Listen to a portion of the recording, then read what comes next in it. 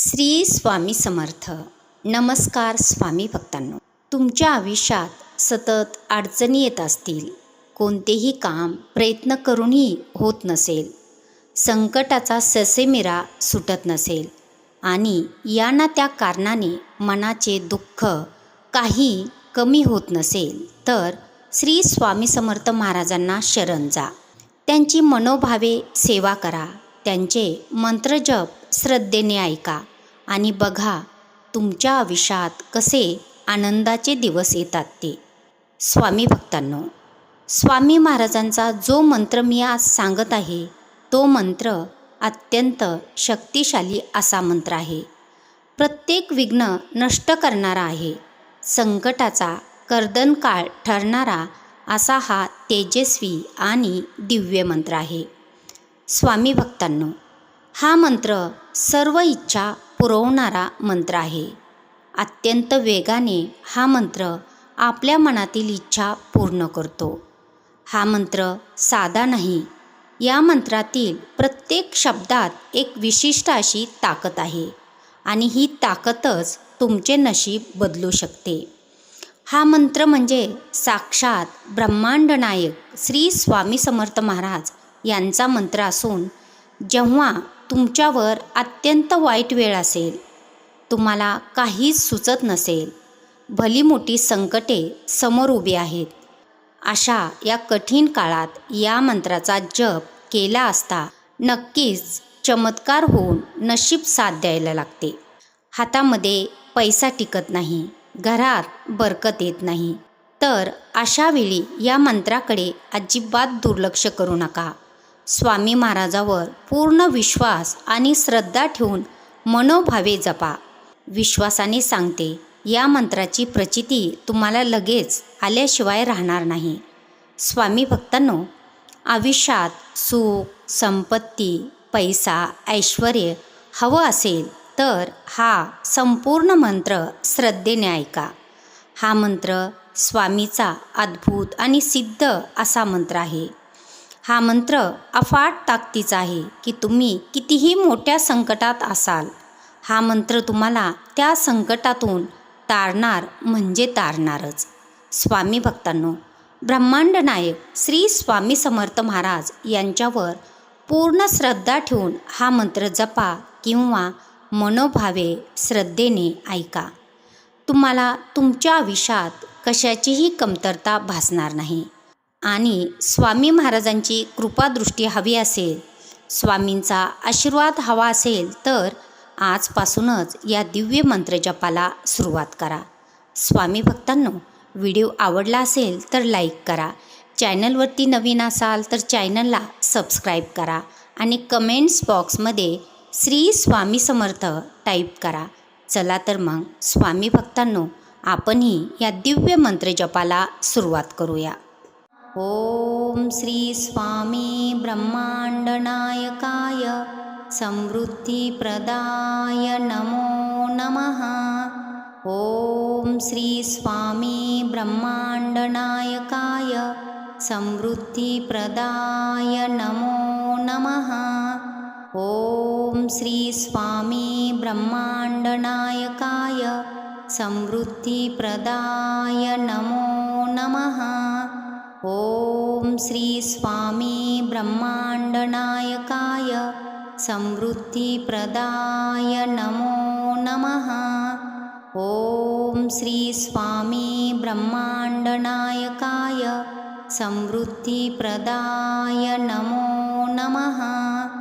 ओम श्री स्वामी ब्रह्मांड नायकाय समृद्धिप्रदाय नमो नमः. ओम श्री स्वामी ब्रह्मांड नायकाय समृद्धिप्रदाय नमो नमः. ओम श्री स्वामी ब्रह्मांड नायकाय समृद्धिप्रदाय नमो नमः.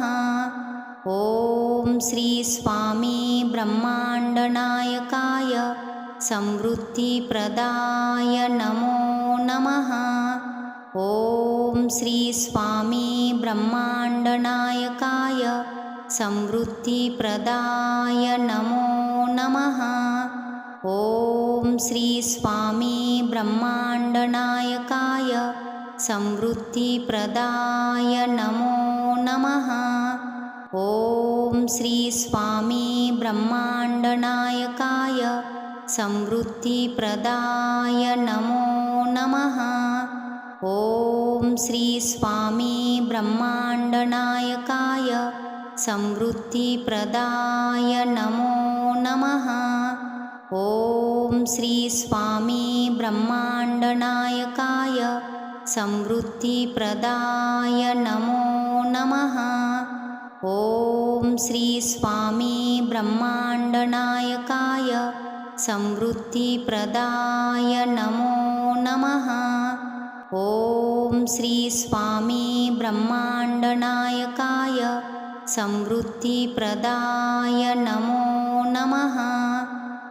ॐ श्री स्वामी ब्रह्माण्डनायकाय समृद्धिप्रदाय नमो नमः। ॐ श्री स्वामी ब्रह्माण्डनायकाय समृद्धिप्रदाय नमो नमः। ॐ श्री स्वामी ब्रह्माण्डनायकाय समृद्धिप्रदाय नमो नमः। ॐ श्री स्वामी ब्रह्माण्डनायकाय समृद्धिप्रदाय नमो नमः। ॐ श्री स्वामी ब्रह्माण्डनायकाय समृद्धिप्रदाय नमो नमः। ॐ श्री स्वामी ब्रह्माण्डनायकाय समृद्धिप्रदाय नमो नमः। ॐ श्री स्वामी ब्रह्माण्डनायकाय समृद्धिप्रदाय नमो नमः। ॐ श्री स्वामी ब्रह्माण्डनायकाय समृद्धिप्रदाय नमो नमः। ॐ श्री स्वामी ब्रह्माण्डनायकाय समृद्धिप्रदाय नमो नमः। ॐ श्री स्वामी ब्रह्माण्डनायकाय समृद्धिप्रदाय नमो नमः। ॐ श्री स्वामी ब्रह्माण्डनायकाय समृद्धिप्रदाय नमो नमः। ॐ श्री स्वामी ब्रह्माण्डनायकाय समृद्धिप्रदाय नमो नमः। ॐ श्री स्वामी ब्रह्माण्डनायकाय समृद्धिप्रदाय नमो नमः। ॐ श्री स्वामी ब्रह्माण्डनायकाय समृद्धिप्रदाय नमो नमः। ॐ श्री स्वामी ब्रह्माण्डनायकाय समृद्धिप्रदाय नमो नमः। ॐ श्री स्वामी ब्रह्माण्डनायकाय समृद्धिप्रदाय नमो नमः। ॐ श्री स्वामी ब्रह्माण्डनायकाय समृद्धिप्रदाय नमो नमः। ॐ श्री स्वामी ब्रह्माण्डनायकाय समृद्धिप्रदाय नमो नमः। ॐ श्री स्वामी ब्रह्माण्डनायकाय समृद्धिप्रदाय नमो नमः। ॐ श्री स्वामी ब्रह्माण्डनायकाय समृद्धिप्रदाय नमो नमः। ॐ श्री स्वामी ब्रह्माण्डनायकाय समृद्धिप्रदाय नमो नमः। ॐ श्री स्वामी ब्रह्माण्डनायकाय समृद्धिप्रदाय नमो नमः। ॐ श्री स्वामी ब्रह्माण्डनायकाय समृद्धिप्रदाय नमो नमः। ॐ श्री स्वामी ब्रह्माण्डनायकाय समृद्धिप्रदाय नमो नमः। ॐ श्री स्वामी ब्रह्माण्डनायकाय समृद्धिप्रदाय नमो नमः। ॐ श्री स्वामी ब्रह्माण्डनायकाय समृद्धिप्रदाय नमो नमः। ॐ श्री स्वामी ब्रह्माण्डनायकाय समृद्धिप्रदाय नमो नमः।